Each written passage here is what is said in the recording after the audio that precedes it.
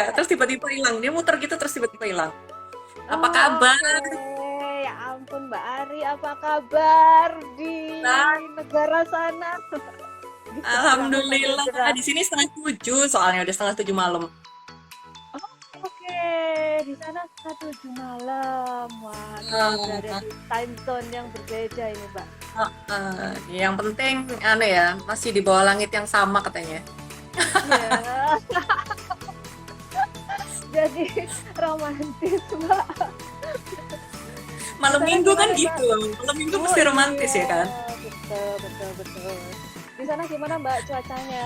Lagi cuaca apa? Musim apa? Eh, Sebenarnya ini tuh udah habis summer ya, baru habis summer itu terus sebenarnya udah mulai masuk musim gugur gitu kan ya. Tapi nggak tahu, nggak kelihatan juga bedanya apa di sini tuh.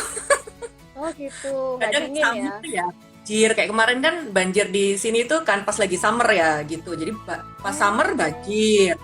Nanti kalau pas kayak Hmm. gini nih di luar juga panas-panas aja tuh cuacanya gitu. Jadi nggak ngerti ya. Jadi ya udahlah gitu. Ya day by day Iya, aja dan kita pokoknya iya, oh iya, hari ini iya. mau hujan nih. Orang sini kan sangat percaya sama ramalan cuaca jadi mesti Oh, dilihat kalau mau oke. cuci oh hujan nih ya udah nggak cuci baju gitu bawa, bawa payung Oh, gitu. benar-benar. Oh, benar-benar harus selalu update ya cuacanya ya Mbak untuk Hmm, melakukan aktivitas apa gitu ya. Oke, ya gitu. ampun. Terus sibuk apa nih? Akhir Bukunya lagi banyak yang mau terbit ya? aku sibuk apa ya Mbak? Sibuk banyak hal Sangat yang sibuk, sangat sibuk bercabang kayaknya. ya dijalani aja satu persatu seperti itu. Mbak Betul, Ari, betul, betul. ini Hmm. sudah ada teman-teman yang bergabung. Mungkin Mbak Ari bisa memperkenalkan diri dulu. Mungkin teman-teman di sini ada yang belum kenal Mbak Ari. Silakan, Mbak. Oke. Ah, ah, ah, ah. Kayaknya yang kenal cuman Kak Wati aja. Oh, ada Mbak Haja Iya. di sini. Ada Mbak Haja. Oh, ada Mbak Aja. Halo. Ada. Ya, oh iya, oke. Ya, teman-teman semua, selamat sore. Kalau di sini sudah menjelang malam. Saya Ari Pratiwi, jadi temannya Kak Wati dari zaman masih unyu-unyu gitu ya. Dan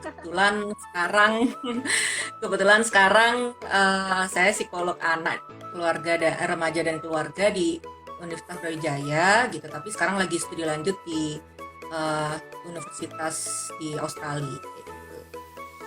Jadi Oke. ya Ya, kenalannya. ya, ya, ya. Mbak Ari, makasih ya sudah mau sharing-sharing nih hari ini. Ngerepotin Mbak Ari nih.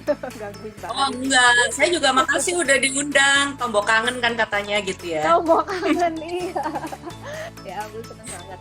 Oke, Mbak Ari, hari ini kan kita lagi ada topik yang ingin diusung ya. Kebetulan Mbak Ari juga Mm, sangat concern ke isu ini gitu ya. Kita mm, mm, mm. akan membahas tentang keluarga asyik tanpa toksik gitu ya. Nah ini kan ya kata toksik ini kan sebenarnya lagi tren gitu ya Mbak. Lagi tren banget di menjelang, bukan menjelang ya, saat pandemi ini terutama ya. Ada toxic friend lah, ada toxic parent lah, ada toxic family lah. Nah, Mm. itu mungkin sebelum kita membahas lebih lanjut gitu Mbak, biasanya kalau saya selalu berangkat dari definisi dulu, biar kita sama nih persepsinya gitu ya. Nah, sebenarnya yang dimaksud toxic family itu seperti apa sih Mbak? Kalau dari segi psikolog gitu ya, atau psikologi gitu Mbak. Iya, jadi sebenarnya kalau kita bicara soal secara teori gitu ya, kalau dicari saya waktu awal-awal mau bahas ini gitu dulu itu saya cari gitu teorinya gitu Kak di jurnal ya biasalah gitu ya kalau kita carinya Iya, jurnal iya, gitu iya. yang terindeks gitu kayak gitu itu ternyata definisi toxic parents itu nggak ada gitu. Jadi Oke. sebenarnya saya mengambil kesimpulan setelah saya cari-cari dari jurnal macam-macam ternyata saya mengambil kesimpulan bahwa sebenarnya toxic parents itu istilah populer gitu jadi istilah yang bukan definisi teoritis berdasarkan penelitian kayak gitu-gitu bukan, tapi istilah populer. Nah, sebenarnya kenapa kok jadi muncul toxic parents itu kan sebenarnya berlandaskan pada pengasuhan ya, tipe-tipe parenting sebenarnya gitu kan. Setelah diamatin tuh sebenarnya berdasarkan pada tipe-tipe parenting. Cuman berdasarkan definisinya sendiri biar kita sama sama apa namanya frame-nya gitu ya Jadi kalau toksik itu kan sebenarnya kalau kita tahu secara fisik gitu ya, toksik yang racun gitu ya, bahasa ini ya, bahasa Ya. Indonesianya. Racun itu kan sebenarnya kalau kita secara fisik kita minum gitu kan, sebenarnya nggak langsung berakibat gitu kan. Itu kan tunggu waktu dulu kan. Biasanya ada efek, ada waktu reaksi gitu kan. Jadi nggak langsung kayak misalnya kalau kita menyakiti seseorang pakai benda tajam gitu, mungkin langsung terasa gitu kan. Nah, kalau racun ini kan enggak gitu. Nah, makanya kemudian kenapa kok dinamakan toxic parent, atau ada juga istilah di dalam buku-buku yang lain itu poisonous parenting ya. Bahwa efeknya itu sebenarnya kan kita jadi orang tua itu kan eh, nggak harus sempurna kan gitu kan. Makanya kita punya emosi-emosi juga. Kalau kita bicara hari ini soal emosi kaitannya gitu ya. Orang tua itu pasti punya emosi yang fluktuatif juga. Hari ini seneng, besok sedih, hari tadi itu marah-marah, habis gitu terus seneng lagi, gitu kan. Kita juga orang tua tuh juga orang biasa gitu sebenarnya. Makanya kita punya emosi-emosi sebenarnya. Nah, tapi kenapa kemudian dinamakan poisonous atau toxic adalah ketika secara perlahan-lahan, secara terus-menerus itu akhirnya seperti menggerogoti gitu loh. Maka hal-hal yang negatif itu tadi, maka kemudian akan menjadi efeknya itu bisa jadi tidak langsung, tetapi memang nanti di beberapa saat kemudian gitu. Ketika situasi itu terus-menerus terjadi. Jadi pada satu poin gitu, kemudian itu akan ya itu kemudian menjadi gitu. Entah itu efeknya kan macam-macam ya. Ya, entah itu kemudian nanti anaknya misalnya ya tadi ketika sudah dewasa baru terasa gitu, atau ketika remaja gitu itu mulai terasa. Nah, itu jadi bisa jadi tidak langsung burn out, tidak langsung keluar gitu ketika saat anak-anak gitu, tapi efeknya itu jangka panjang. Nah, itu makanya kenapa kemudian dinamakan poison, karena sebenarnya levelnya itu kan mulai dari yang ringan sampai yang berat. Sama kayak kita kalau kasarnya gitu ya, minum racun itu kan gitu ya, atau meracuni tikus lah misalnya gitu ya. Itu kan efeknya bisa dari mulai ringan sampai berat gitu. Seberapa besar poisonnya, ya berarti semakin besar poison yang kita kasih, berarti semakin besar pula efeknya. Ya, intinya kayak gitu sih. Gitu, makanya kadarnya juga bervariasi, dan sebenarnya secara umum kalau di teori yang dipakai itu biasanya kaitannya sama abusive gitu. Itu abusive itu juga termasuk salah satu, itu lebih common digunakan kalau di bahasa-bahasa teorinya kayak gitu. Itu sih. Panjang ya definisi aja ya. Iya. Jadi aku baru ngeh kalau ternyata di psikologi sendiri nggak ada istilah tentang toxic tadi atau toxic parent gitu ya Mbak sebenarnya. Lebih ke Secara apa? teoritis ya. Populernya ada. Iya. Populer ya sebenarnya ini mungkin untuk memudahkan awam menangkap, dan memang kata itu sangat mudah untuk ditangkap sih Mbak. Lebih gampang toxic gitu. Oh ya berarti dia bisa bahaya gitu kan untuk anak-anak atau untuk suami ataupun istri seperti itu ya Mbak. Kan efeknya juga bukan hanya ke anak-anak ya, tapi mungkin ke pasangan juga ya seperti itu. Nah, dan ke masyarakat juga loh. Ke masyarakat juga loh. Ketika itu udah jadi lingkaran ya. Kalau orang tua toksik, dia tidak bisa mengasuhnya dengan baik gitu kan ya. Otomatis anak akan bisa jadi, kalau itu dilakukan terus menerus, akan bisa tumbuh jadi pribadi yang toksik juga. Nah, ketika dia toksik, dia akan jadi toksik juga di lingkungannya gitu, baik dalam berteman maupun dalam berpasangan juga nantinya, atau mungkin juga jadi intergenerational gitu, jadi turun menurun gitu, turun temurun gitu kepada generasi-generasi selanjutnya. Itu efek jangka panjangnya itu sih yang kayak gitu.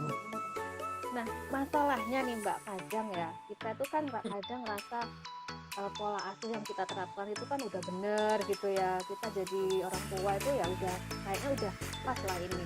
Nah, kadang itu kita nggak tahu kita ini sebenarnya melakukan hal yang toksik nggak sih ke keluarga atau ke anak gitu ya. Nah, gimana sih kita itu bisa tahu gitu loh Mbak, bahwa kita ini sebenarnya toksik atau enggak ke anak kita gitu ya. Kan tadi kan Mbak Ari bilang kalau orang tua pun sebenarnya punya ragam emosi gitu ya. Nah, misalkan nih nggak terus menerus, tapi kita marahnya meledak gitu ya, meledak, atau ternyata melakukan silent treatment misalkan seperti itu. Nah, apakah itu juga termasuk kategori toxic itu sendiri ya Mbak? Oke, silent treatment itu mungkin bisa dijelasin dulu deh, definisinya gimana tuh kalau silent treatment? Misalkan ya diemin diemin anak kita karena mungkin lagi jengkel, kemudian ya mungkin Abaikan pengen gitu ada ya? efek, pengen memberikan efek jerah seperti itu, biar tahu Uh, kalau ini sebenarnya nggak disukai gitu kan, maksudnya ini salah seperti itu. Nah, dengan cara silent treatment itu kadang kan jadi ada yang mengabaikan seperti itu ya. nyatru Iya, gitu ya, bahasa Jawanya nyatru anaknya gitu ya, nyatru. Iya, aku lama nggak dengar kata nyatru. sama ya, satru gitu ya. Iya, Aduh. jadi sebenarnya kan kalau kita tuh menilai diri itu kan 360 derajat lah istilahnya gitu ya. Eh, kita tuh menilai diri bisa pakai self report, jadi kita analisis diri, evaluasi diri. Kita bisa tanya kepada pihak-pihak yang lain gitu, pihak-pihak yang bersinggungan langsung dengan kita. Kalau kita parents as a subject ya berarti our children itu as a object kan gitu kasarnya gitu ya. Kalau kita subjeknya Ya, yang melakukan betul. berarti anak kan adalah produk kita gitu ya, maksudnya sebagai objek kita gitu ya. Kita Iya, kenai iya, iya. kita gitu. Jadi sebenarnya kali 360 derajat itu seperti itu. Jadi kita bisa self report, kita evaluasi sendiri, bisa kita tanya ke anaknya, kita lihat anaknya, bisa kita lihat ke orang lain. Maksudnya ada orang lain yang mungkin bisa memberikan masukan, gitu kan? Entah itu pasangan kita, entah itu mungkin orang tua kita atau saudara-saudara kita yang lain gitu. Jadi taunya dari mana? Ya sebenarnya bisa jadi sih orang itu, dan itu banyak yang begitu gitu, banyak yang begitu. Jadi kalau saya waktu jadi terima kasus gitu ya, kebanyakan akhir-akhir ini tuh kasus saya remaja, memang kan anak-anak kebetulan. Nah mereka itu bilang ya memang seumur mereka sampai sekarang itu memang orang tuanya toksik gitu. Jadi dan nggak, ketika saya tanya terus gimana gitu, apa yang kamu bisa lakukan gitu kan, ya nggak ada gitu ya. Jadi mereka memang ya udah, karena orang tuanya nggak ngeh gitu, menurut mereka Iya, ya iya, itu itu aja nggak ngeh itu gitu. loh Mbak, yang kadang bahaya kan sebenarnya. Ya nggak sih? Ah, Maksudnya ah, anak ngerasa toksik tapi kitanya tuh enggak. Gimana kan iya. untuk menilai itu gitu ya. Makanya itu tadi ada penilaian-penilaian dari pihak lain gitu. Hmm, Kalau kitanya mungkin kita tuh kan ya ada beberapa macam orang tua ya. Ada orang tua yang memang selalu berusaha lebih baik, menjadi orang tua yang lebih baik, dengan mereka berusaha mencari evaluasi gitu ya, mencari ilmu lebih baru, kemudian mereka mengevaluasi diri gitu. Ya kita kalau itu gampang ya, maksudnya orang bisa, ayo kita evaluasi diri gitu. Yang sulit adalah ketika tidak mau terbuka gitu. Nah inilah yang nggak mau terbuka ini, terus gimana? Yang sering terjadi memang yang kita kuatkan jadinya anaknya. Kalau kita konseling, misalnya konseling sama memang orang tua itu merasa dia toksik dan butuh konseling gitu ya, atau dia tadi evaluasi diri dan dia merasa aku udah bener atau belum ya, coba tanya ke orang lain gitu. Saya tanya ke keluarga, eh, coba tanya gitu, menurutmu gimana nih aku cara ngasuh anakku ini, udah oke apa belum misalnya gitu kan. Atau menurut papa mama, maksudnya atau kakek nenek, cara saya mengasuh itu gimana misalnya. Atau ya kita lihatlah, kita baca-baca gitu ya, ini sebenarnya apakah ada yang seperti itu. Jadi evaluasi diri sih sebenarnya gitu. evaluasi ya. Yang Ya, paling ya, ya. bisa kita lakukan gitu. Terus kalau enggak kita Perlu keterbukaan diri juga ya Mbak sebenarnya. betul itu, dan itu berat ya, nggak semua orang tua Berat, mau sih berat, gitu, berat. nggak semua orang tua mau Iya, iya, iya. kemudian menyadari masa sih toksik, enggak gitu kan, bisa aja juga gitu Iya, ya. iya. Denial maksudnya. Kan melakukan defense duluan. Enggak, aku udah bener kok perasaan gitu kan. Padahal ternyata Dan kita bisa lihat anak kita mengganggu. juga. Nah, sebenarnya kita bisa lihat anak kita juga gitu. Anak kita ini akan punya emotional problem nggak? Rata-rata tuh anak-anak yang orang tuanya toksik tuh punya emotional problem ya. Emotional problem itu bisa eh, keluar, bisa ke dalam gitu. Eksternal, internal. Jadi kalau luar itu ya bisa kayak mereka bisa tantrum gitu ya, atau gampang marah, atau gampang apa ya, emosinya tuh negatifnya bisa keluar. Tapi kalau enggak bisa jadi masuk banget gitu. Yang misalnya dia jadi diem banget, semua kayaknya baik, flat, nggak ada emosi. Nah ini juga bahaya gitu sebenarnya kan. Iya, iya, Jadi iya. kita juga menunjukkan bahwa ketika kita manifest punya ya. fluktuasi emosi itu berarti sebenarnya bagus. Artinya kita masih hidup lah gitu ya, punya bisa merasakan Masih punya hidup. emosi. Ya, ya, Iya ya, kan? ya, Gitu ya, kan? ya. Betul, betul, betul. Kalau aku sempat baca apa namanya artikelnya Mbak Ari ya, maksudnya itu menarik banget ya. Tipe-tipe parenting, maksudnya tipe-tipe pola asuh kita. Itu Hmm. mungkin nggak semua orang tahu Mbak. Mana sih tipe pengasuhan yang bisa dikatakan itu tipe pengasuhan yang berbahaya atau mengandung toksik itu Mbak? Mungkin bisa dijelaskan sekilas gitu Mbak. Kalau namanya aku nggak hafal ya. Nggak Namanya apa-apa, mesti nggak lihat, apa-apa. namanya mesti lihat contekan kan gitu ya. Tapi Iya, iya. eh, intinya tuh ada beberapa macam gitu ya. Satu tuh memang orang tua yang dia sangat terlibat, tapi sebenarnya itu untuk kepentingannya dia gitu. Ya, orang tua yang sangat terlibat, tapi untuk kepentingannya orang tua itu sendiri. Kayak misalnya untuk membanggakan anak, jadi kayak kasarnya barang dagangan gitu ya. Untuk membanggakan anak ke orang lain gitu. Jadi kayak piala yang kita bisa banggakan ke orang lain. Padahal sebenarnya anaknya nggak seneng gitu digitukan, atau sebenarnya anaknya nggak nyaman di seperti itu. Kayak misalnya, anak kok misalnya orang tua yang kalau itu tujuannya untuk ketemu sama orang tua lain untuk dibangga-banggakan gitu ya. Anakku tuh menang ini loh, anakku habis ini, padahal anaknya sendiri kan, duh apaan sih mama gitu kan. Dan dibalik Iya, iya, itu iya, iya. ada yang sebenarnya bukan karena kemauan anaknya gitu. Kayak misalnya sama orang tua itu disuruh misalnya belajarnya keras ya, dikerasin gitu. Pokoknya kamu harus sampai harus sampai menang ini itu gitu. Nah, kemudian agar dibanggakan oleh orang tuanya. Nah, ini kan prosesnya juga akhirnya dia anak ini menjadi tertekan karena dia sebenarnya itu bukan maunya dia, tapi dia terus-menerus gitu diberi target-target itu gitu. Nah, di sisi lain ini juga bisa jadi orang tua yang kalau istilah saya itu menitipkan mimpi ya gitu. Jadi kayak orang tua menitipkan mimpi itu kayak misalnya dulu dia pengen jadi sesuatu gitu, tapi ternyata nggak bisa gitu. Nah sekarang anaknya ini gitu yang ditekan gitu karena dulu nggak boleh mungkin sama orang tuanya atau situasinya tidak memungkinkan. Sekarang anaknya yang ditekan, kamu harus jadi seperti ini kayak gitu.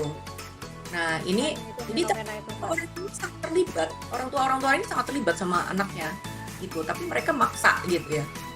Gitu. Nah tipe orang tua yang lain juga ada yang mereka ada tapi tidak terlibat ya. Tadi mungkin yang Kawati bilang silent treatment ya. Mungkin kayak gitu. Mereka ada di rumah tapi ya abai gitu. Abai atau mereka ada misalnya sekolahnya semua dibayarin, ininya dibayarin gitu ya. Tapi mereka tidak ada untuk anak. Nah, biasanya anak-anak yang seperti ini mereka merasa kosong.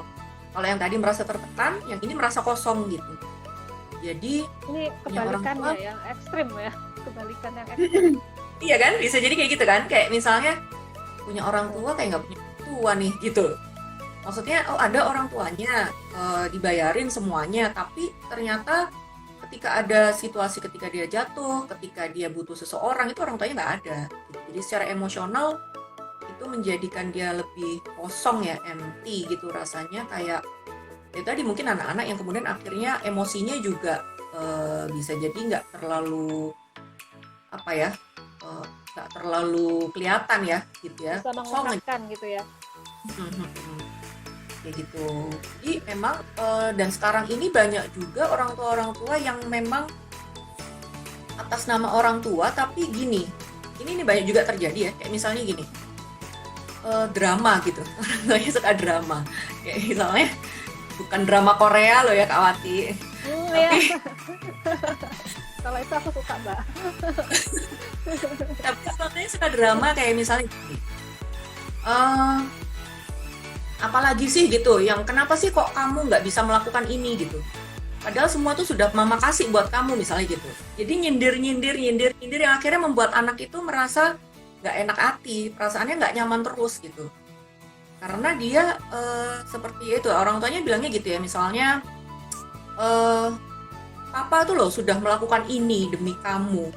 kurang apa lagi kamu tuh harus syukur, lihat dah orang lain kayak gitu. Jadi ada perasaan bersalah terus menerus yang menumpuk di anaknya, sehingga ketika dia tidak berhasil memenuhi ekspektasi orang tuanya, ya dia merasa nggak nyaman kan gitu. Tapi ini nggak yang bukan orang tua, jenis-jenis ini bukan orang tua yang melakukan abusive fisik loh gitu, nggak yang maksa kayak ayo belajar, nggak gitu, tapi lebih ya, oh jadi gitu, kamu nggak mau belajar, padahal sudah papa belikan ini yang terbaik buat kamu, mejanya, ininya diungkit-ungkit terus.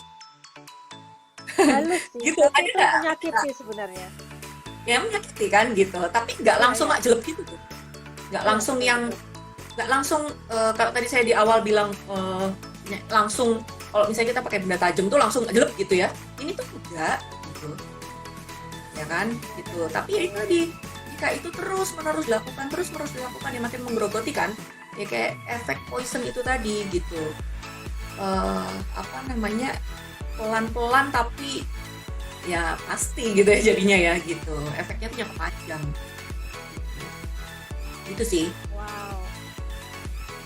Jadi aku bayangin jadi sesek sendiri, misalkan di posisi anak gitu ya, kemudian ada orang tua yang melakukan tipe-tipe parenting seperti itu, pastinya itu akan melukai banget sih Mbak, dan bisa terbawa juga ya sampai mereka remaja, kemudian bahkan mungkin sampai mereka dewasa, itu yang serem. Dan kemudian bisa nggak sih Mbak hal itu akan terulang Mbak, ke misalkan dia sudah jadi orang dewasa, jadi orang tua, akan terulang ya Mbak?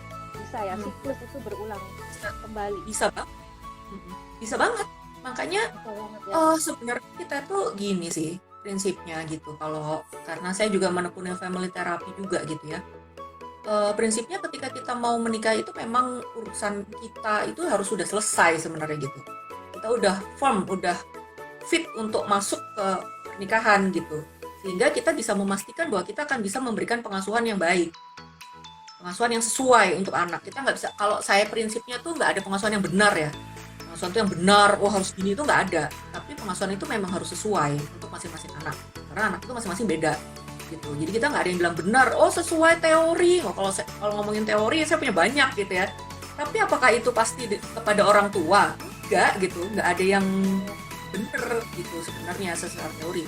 Cuman sesuai dengan anaknya. Jadi ambil dari sini dikit, ambil dari sini dikit gitu kan. Nah, kita mau masuk ke pernikahan itu, makanya memang harus sudah selesai gitu ya dengan dalam tanda kutip dengan dirinya. Jadi luka-lukanya dulu tuh udah beres, dia udah bisa menerima itu, dia udah tahu kelemahannya apa, kelebihannya apa, sebagai orang tua dia akan mengasuh seperti apa.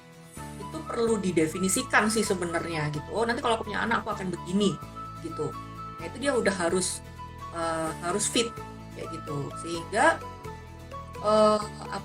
ketika masuk ke pernikahan dan akhirnya parenting gitu kepada anak-anaknya itu sudah ya tadi udah firm gitu ya, udah oke gitu. Berarti sampai harus mempersiapkan gitu ya Mbak secara mental kalau sebelum menikah. Jadi tidak hanya memikirkan romansa aja, tapi harus iya kan Mbak, benar kan Mbak? Nggak seperti di drakor. Akhir dari perjalanan ya, pernikahan baru awal loh sebenarnya kan gitu. Iya. Kadang remaja gitu ya, ataupun anak-anak yang masih dewasa awal kayak kuliahan gitu kan punya persepsi masing-masing gitu Mbak tentang konsep pernikahan yang penuh dengan romansa, padahal di dalamnya itu juga ada proses belajar, kemudian ada perjuangan juga ya ketika melakukan pengasuhan ke anak itu yang sering itu dilupakan Mbak, tapi yang dilihat ya romance-nya gitu Mbak. Iya kan, karena kalau kita bilang drama Korea lah kita bilang, prosesnya kan itu akan selesai di episode terakhir itu ketika menikah gitu kan, ya udah. Iya, sudah itu. Iya kan, padahal itu baru mulai, salah, masih banyak PR-nya gitu. Iya. Ya, ini sudah ada beberapa pertanyaan yang masuk Mbak. Kita coba tangkap dulu ya dari Mbak Asal 8. Izin bertanya Ibu, bagaimana caranya memutus toxic parenting agar tidak turun-temurun gitu ya dalam keluarga. Nah, itu gimana tuh Mbak? Memutusnya. Kita sudah tahu nih ada yang toxic di dalam keluarga atau di rumah. Nah, itu gimana memutusnya? Tadi yang seperti sempat kita singgung ya barusan ya gitu ya, bahwa memang kita harus udah tahu dulu gitu. Nah ini nih memang membutuhkan tekad juga gitu. Kayak kita mestinya udah sadar nih, oh, orang tua kita itu toksik. Nah kita mau jadi seperti apa? Apakah kalau kita nggak sadar, nah itu yang kemudian jadi menurun, turun temurun, karena kita nggak sadar gitu. Oh, ini nggak apa-apa kok, baik-baik aja kok dengan orang tua yang seperti ini. Kemudian kita jadi lemah hati dan sebagainya, itu kemudian jadi yang oh ini nggak apa-apa ya, inilah aku, memang aku berasal dari orang tua yang begini, kemudian memang aku nggak mampu kok, memang aku ini. Nah yang dengan pemahaman diri yang begitu kemudian masuk ke pernikahan, mengasuh anak, dia juga akan begitu berpikirnya kan jadinya, oh iya memang aku nggak mampu jadi orang tua, ada kesalahan dikit dari anak-anak, iya memang mama memang orang tua yang buruk lah, jadinya gitu ya kan. Nah jadinya itu yang kemudian menyebabkan jadi menurun gitu. Jadi bisa jadi toxic parent itu enggak, efeknya aja yang menurun dan akhirnya membuat orang jadi melakukan parenting yang toxic juga dalam bentuk yang berbeda, bisa jadi gitu kan. Bisa jadi nggak harus selalu sama, misalnya orang tuanya suka sekali tadi ya marah-marahin dia gitu misalnya, kemudian dia akan jadi marah-marahin, belum tentu. Tapi karena efeknya orang tua marah-marahin dia itu jadi apa, misalnya orang tua sering marah-marahin dia, kemudian dia jadi tidak bisa menerima dirinya gitu ya tadi, aku nggak mampu, memang saya selalu membuat orang tua aku tuh tidak bangga padaku gitu ya misalnya. Maka dia inferior yang sangat berlebihan gitu ya Mbak. Ya kan, maka dia akan masuk ke pernikahan, kalau ini belum selesai, dia belum mampu meningkatkan harga dirinya kan, yang kena tadi kalau anak sekarang tuh bilang kena mental gitu ya, self esteemnya menurun, kepercayaan dirinya menurun, dia nggak percaya sama dirinya sendiri, dia tidak punya rasa berharga terhadap dirinya sendiri. Masuk ke pernikahan, maka dia bisa jadi mengasuh anaknya juga begitu, oh saya tuh nggak berharga jadi orang tua, nah misalnya kayak gitu. Maka sebelum masuk ke pernikahan ini kita mesti tadi sih, sebenarnya kok saya tuh selalu berpikir ya evaluasi diri ya gitu, itu yang paling bisa kita lakukan sih gitu ya. Kita evaluasi diri, kita tuh punya pengasuhan yang seperti apa, diasuh oleh orang tua yang seperti apa, dan kita menjadi orang yang seperti apa sih. Nah dari situ kita bisa, oh ternyata saya tuh orangnya kayak gini, kita terima dulu, oh berarti dia perlu diperbaiki nih, atau oh saya orangnya kayak gini, oke ini kayaknya saya nggak bisa ubah nih, jadi apa yang terbaik buat anak saya ya, hal yang seperti itu sih.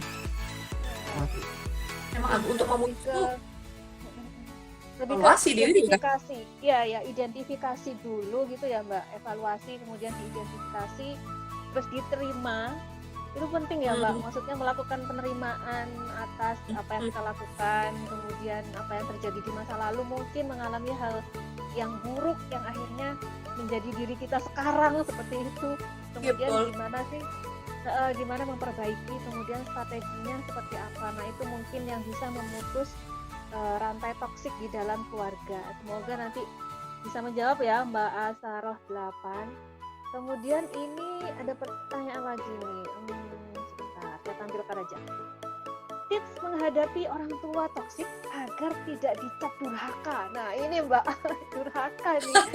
Ini berat ini Mbak kalau dicap durhaka. Mungkin karena orang tuanya mungkin kadang ya kita mengevaluasi orang tua kita gitu ya, tapi kan ternyata kita masih belum bisa nih mengajak mereka untuk introspeksi. Nah itu gimana Mbak, biar nggak dicap durhaka? Oke. Iya. Kalau saya orangnya agak belak-belakan memang ya gitu ya. Walaupun ini online. Iya emang. Kamu kenal Mbak Ari belak-belakan banget sih. Jadi prinsipnya gini, oke lah, memang kita tidak memungkiri bahwa ada anak durhaka, itu ada gitu. Dan kita tidak bisa memungkiri bahwa ada orang tua durjana gitu kan. Orang tua yang memang kita tidak memungkiri gitu, memang ada gitu. Tetapi yang perlu kita tahu why gitu. Kenapa kok dia melakukan itu? Nah, kalau menurut saya itu juga salah satu hal yang penting ya untuk kita itu tahu. Kenapa kok dia melakukan itu? Karena ketika kita tahu, oh ternyata ibu saya melakukan itu karena ibunya dulu begitu. Jadi dia memang melakukan itu karena dia tidak bisa menyelesaikan permasalahannya. Dia tidak bisa menyembuhkan lukanya, kayak gitu ya, luka batinnya, gitu kan? Sehingga ya kita oke. Ya itu loh, persepsi itu kadang-kadang penting karena gini, banyak juga yang nggak terima kayak gitu ya. Maksudnya ketika klien itu kadang-kadang nggak terimanya gini, loh saya ini korban toxic parenting, kok saya yang harus memahami orang tua saya gitu. Oh, ya Tapi ya ya ya. sudut pandang itu kalau menurut saya penting juga gitu. Karena apa? Kita tuh bukan hanya korban, tapi kita penyintas. Artinya kita tuh kalau kita selalu berpikir bahwa kita korban, iya memang orang tua saya begini, saya selalu begini dari dulu, orang tua saya begini, itu ya udah kita akan pakai frame itu. Kita korban keadaan dan kita akan selalu ya begitulah jadinya gitu. Tapi coba kita pakai frame yang lain. Frame-nya Spider-Man mungkin kita balik gitu ya. Eh, bahwa kita menyadari oh ya oke, orang tua saya kok gini ya, oh ini mungkin dia masuk dalam toxic parenting. Jadi apa yang bisa kita lakukan? Coba kita cari itu tadi apa namanya, pola pikir yang berbeda. Oke, kenapa kok orang tua saya begini? Oh mungkin dia karena dia memang dulu nggak ada sekolah parenting. Sekarang banyak ya namanya edukasi tentang parenting tuh, kalau kita cari di Instagram pakai tagar itu udah keluar ribuan gitu, Ya. keluar ribuan. Tinggal kita mau atau enggak gitu aja baca, tinggal kita mau atau enggak belajarnya kan gitu. Tapi orang tua dulu nggak ada gitu, jadi kita bisa oke, karena mereka tidak pernah belajar itu, ya ya seperti itulah mereka gitu jadinya gitu. Ditambah lagi mungkin mereka punya itu di luka-luka batin sebelumnya gitu, banyak pengorbanan-pengorbanan yang mereka lakukan tapi sebenarnya mereka nggak mau sebenarnya melakukan pengorbanan itu tapi terpaksa misalnya gitu, maka itu menjadi luka buat mereka. Ya terus kita jadi bisa memahami oke, orang ini luka, kemudian ya udah gitu, berarti memang dia melakukan itu karena seperti itu. Kalau kita bisa, kita mengobati lukanya, tapi kalau nggak bisa ya jangan sampai kita ikut terluka kan gitu. Nah ketika kita tidak kalau jangan sampai kita ikut terluka tuh artinya misalnya bisa jadi kita seringkali ya itu memang klien atau konselor yang perlu dikuatkan gitu. Oke, apa yang bisa kamu lakukan? Oh, mungkin nggak gitu. Kalau remaja tuh karena dia udah bisa ngomong, kamu mungkin nggak gitu keluar dari situasi ini, misalnya gitu. Apa yang bisa kamu lakukan? Misalnya topik-topik apa sih yang sensitif misalnya buat yang itu selalu akan menimbulkan orang tuamu selalu entah menjatuhkan, entah berkata negatif, entah apa itu apa gitu. Semua topik gitu kadang-kadang mereka gitu. Betulkah? Coba deh kamu cek lagi polanya. Oh ternyata polanya itu kalau kaitannya sama akademik sih sebenarnya gitu. Kalau polanya berkaitan dengan oke, coba kamu telisik lagi. Kira-kira dulu ada apa ya dengan akademik ini? Ada kekecewaan apa ya?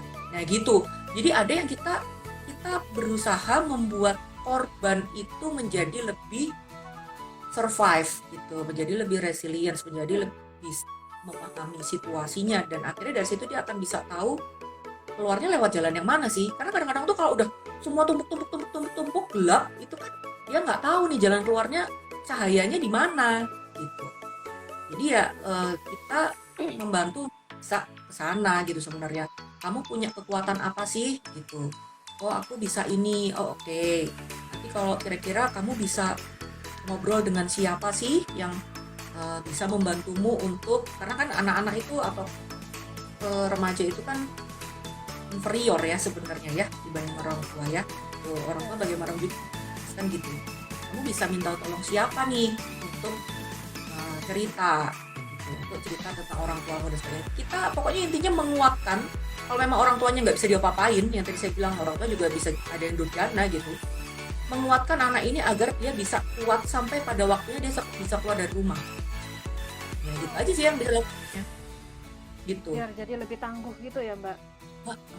Gitu. Resilient tadi itu ya yang Mbak Ari sampaikan ya. Wow, Menurut ini saya itu topik gitu ya. Ya, topik yang berat juga ya sebenarnya ini Mbak. Makanya kita ketawa-ketawa aja deh gitu ya. Ternyata itu topik yang sangat berat loh. Ternyata berat aku, ya. Gitu. Aku membayangkan apa ya, melakukan pemulihan ataupun resilient tadi itu ya Mbak, membuat anak menjadi tangguh itu kan juga nggak mudah ya, tapi harus dilakukan ya sebenarnya biar mereka bisa survive juga ketika memang lingkungan di dalam keluarganya nggak seperti yang diharapkan, seperti itu ya.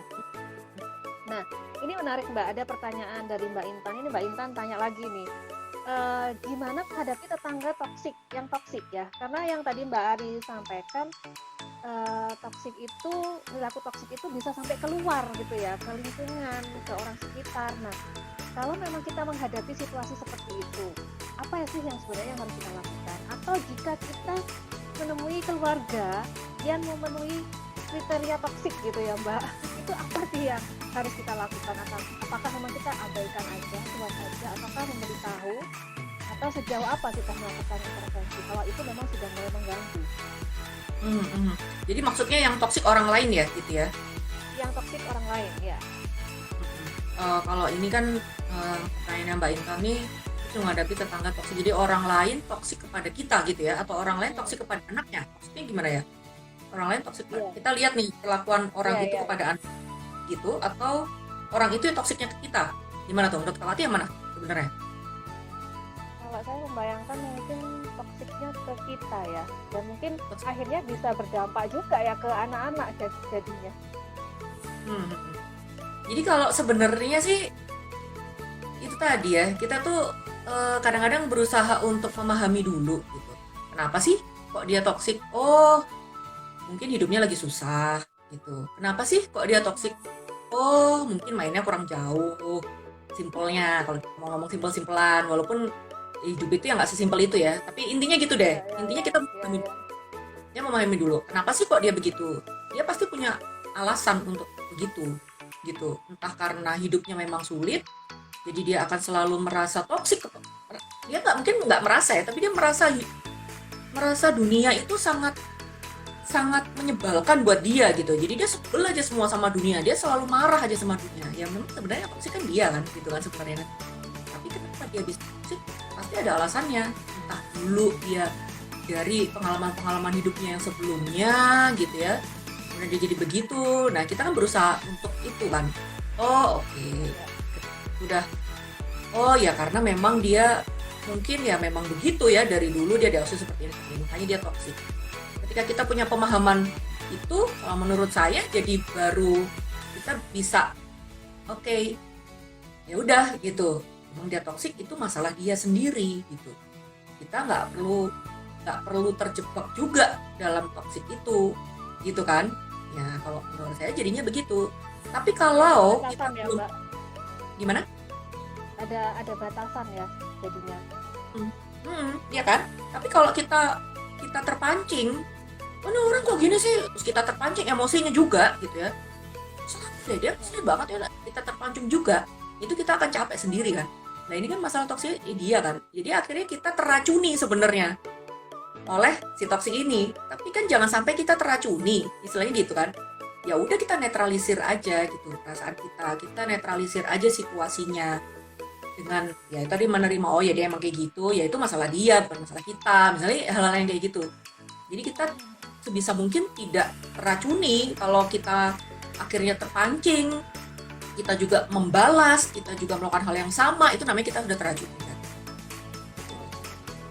Jadi harus bisa mengendalikan juga ya, bisa mengelola ketika memang di lingkungan kita ada yang toksik seperti itu. Bawah tuh banyak pertanyaan ya ternyata Kak Wati ya. Banyak banget pertanyaannya ini. Saya tuh baru tahu loh kalau ternyata bisa kayak gini. Ada Oh, pertanyaan-pertanyaan. oke. Jadi udah langsung banget ke IG Live ya. Kalau sebelumnya tuh cuman munculnya satu-satu gitu loh. Ini ternyata ada kayak gitu ya tanya jawab. Iya. Nah, ini Oke. ada pertanyaan menarik nih Mbak. Mungkin ini tadi kan Mbak Ari ngomong tentang tipe-tipe pengasuhan yang rawan untuk toksik ya.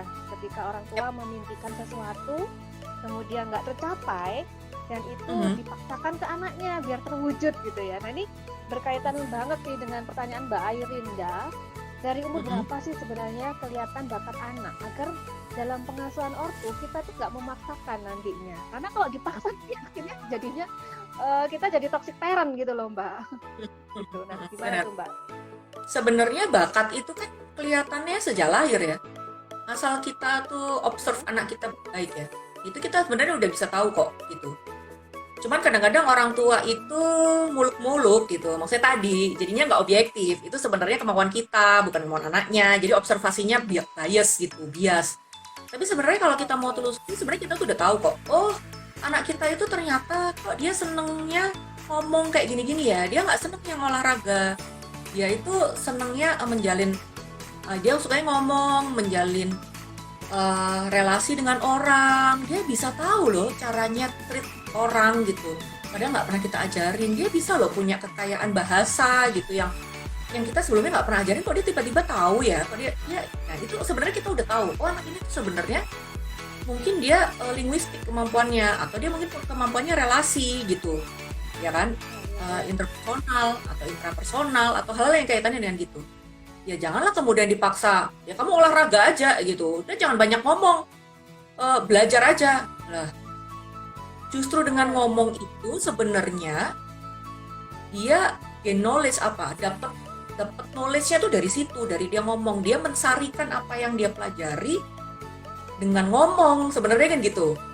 Oh, dia nggak seneng nulis nih, tapi dia seneng ngomong. Oke, mungkin berarti sebenarnya kita bisa asah dia untuk, ya sebenarnya itu bisa ya, kita asah dia untuk jadi misalnya apa tuh yang sekarang MC kah gitu ya, speaking ya, public speaking yang kayak gitu, sebenarnya kita tahu nih. Nah itu seiring dengan berjalannya waktu itu kita akan semakin melihat. Cuman kan kadang-kadang bakat itu agak blur sama minat ya. Ada anak-anak yang sangat berminat gitu, tapi sebenarnya kita tahu dia nggak berbakat nih di situ. Kasian gitu katanya kita gitu ya. Kenapa? Karena minatnya tuh karena dipengaruhi oleh teman-temannya misalnya. Sebenarnya atau yang berminat sebenarnya orang tuanya, tapi dia nggak berbakat di situ. Nah itu yang perlu kita agak objektif lah gitu ketika mengobservasi anak kita. Terus sebenarnya kita bisa tahu dari kecil kok gitu. Cuman kalau misalnya tadi kemudian ditanya apakah mungkin ada tes-tesnya, ya bisa aja. Biasanya mulai dari SMP itu kita bisa mulai tes bakat minat. Kenapa kok SMP? Karena ketika SD itu kan namanya juga dasar ya, kita baru memberi mereka stimulus-stimulus gitu. Harapannya ketika SMP stimulus itu sudah mulai banyak sehingga kita bisa tahu. Karena kalau di awal itu sebenarnya kita bisa sih tahu intelijensi gitu ya, bisa. Tapi karena bisa jadi gini loh, kita nggak tahu kalau dia berbakat menulis karena dia memang belum bisa nulis kan, SD kan masih gitu. Tapi ketika SMP baru kemudian ketika kita expose dengan banyak hal, ketika kita diterpaan macem-macem, barulah kemudian kita tahu, oh ternyata bisa kok dia gitu. Sebelumnya nggak pernah les gitar, ketika kita leskan gitar di SMP, oh ternyata bisa nih dia. Loh, musik ternyata bisa ya, coba sih les yang lain gitu, nyanyi misalnya, tertarik nggak? Coba aja dulu gitu. Jadi intinya kita tuh memang trial error ya, kita coba aja dulu. Cuman masalahnya Kak Wati, orang tua tuh kadang-kadang daripada kelamaan lah explore bakat kayak gitu, udahlah kita teskan aja. Langsung keluar hasilnya gitu ya, ternyata anak saya bisa ini, bisa ini. Itu kadang-kadang yang terjadi, sehingga begitu kita keluar satu, oke, oh dia kuat di sini nih, udah gembleng habis di situ. Padahal enggak. Padahal ketika dasar itulah kita kasih stimulasi yang banyak, macem-macem, trial error ya nggak apa-apa. Karena kadang-kadang kita nggak semai hasilnya sekarang. Mungkin memang ibaratnya kayak neuron gitu ya di dalam otak tuh nggak langsung nyambung, ibaratnya gitu loh. Butuh waktu dia untuk nyambung. Sambungannya mungkin baru nyala nanti. Jadi SMP, jadi SMA. Yang penting kita semai aja dulu, kita tabur dulu. Nanti baru kita semai berikutnya kayak. Jadi wajar ya Mbak, misalkan pada saat SD gitu ya, anak itu berubah-ubah gitu ya, yang disukai. Misalkan kayak anakku ya, tiba-tiba pengen belajar bahasa Korea gitu ya. Tapi ternyata nggak sampai lama gitu kan. Kemudian waktu usia dini SMP ya, belajar bahasa Koreanya apa tuh? SMP, SD. Sekarang SMP ya? Oh SD. SMP. Dulu suka nari Mbak, jadi belajarlah nari. Kemudian itu hanya berlangsung nggak sampai 1 tahun, ternyata sudah mulai bosen gitu kan. Kemudian pindah lagi seperti itu sih polanya, sampai aku merasa ini kok pindah-pindah terus ya, jadinya itu sebenarnya apa, dan ketika ditanya masih belum tahu gitu kan, belum tahu.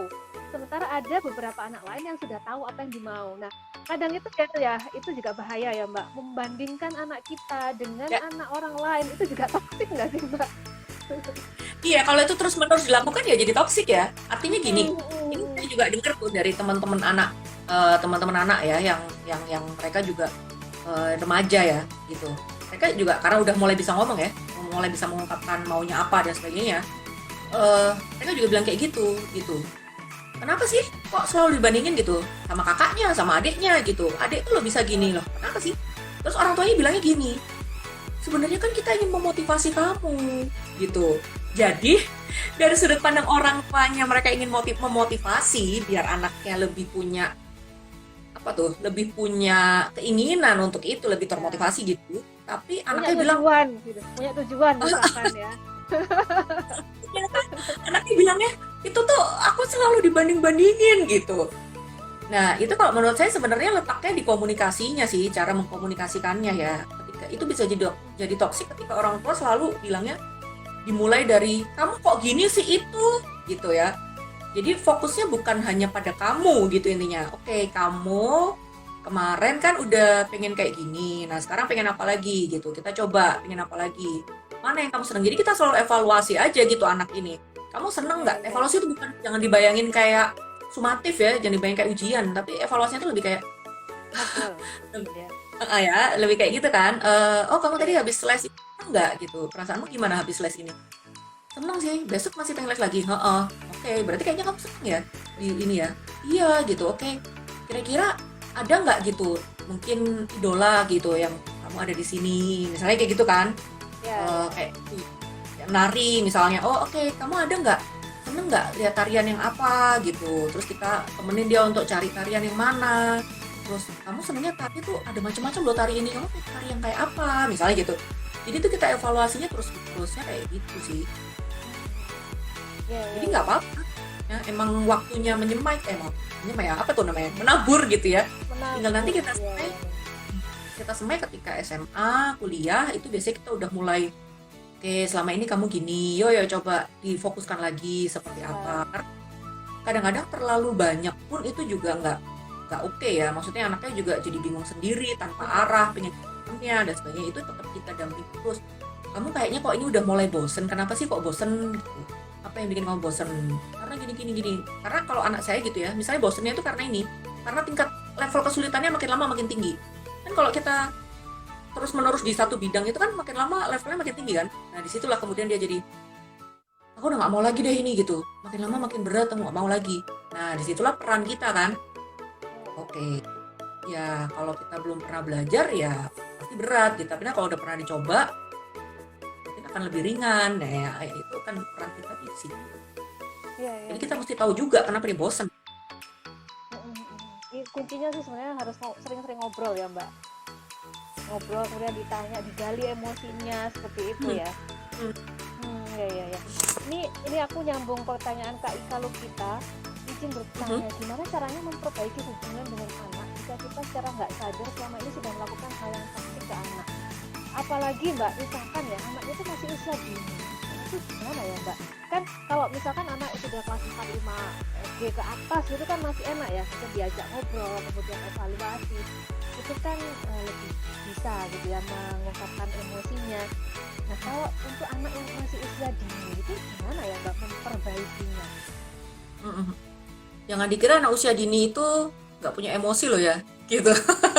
Jangan dikira anak usia dini itu nggak bisa ngomong apa yang dia mau sebenarnya gitu. Sebenarnya kalau kita mau lebih peka, itu sebenarnya mereka tuh sudah menunjukkan emosi loh, cara mereka mengungkapkannya mungkin kita nggak ngerti gitu, tapi dia udah menunjukkan itu. Makanya memang kita juga mesti lebih peka. Kalau misalnya gini, oh kita nggak sadar sebenarnya saya toksik nggak ya? Gitu. Coba kita lihat, anak ini lebih banyak happy-nya atau lebih banyak emosi negatifnya? Lebih banyak emosi positifnya atau lebih banyak emosi negatifnya? Gitu. Nah itu makanya orang kalau itu tadi ya anak usia yang udah lebih anak usia tengah ke atas remaja, mereka udah lebih bisa ngomongin. Tapi kan sebenarnya melatih emosi itu kan sejak awal, sejak dini sekali. Bahkan kalau kita bilang soal teori attachment itu sejak bayi baru lahir gitu, itu mereka sudah bisa merasakan emosi orang di sekitarnya dan mereka sebenarnya sudah mulai bisa mengungkapkan kan gitu. Nangis itu kan berarti mereka antara mereka merasa nggak nyaman.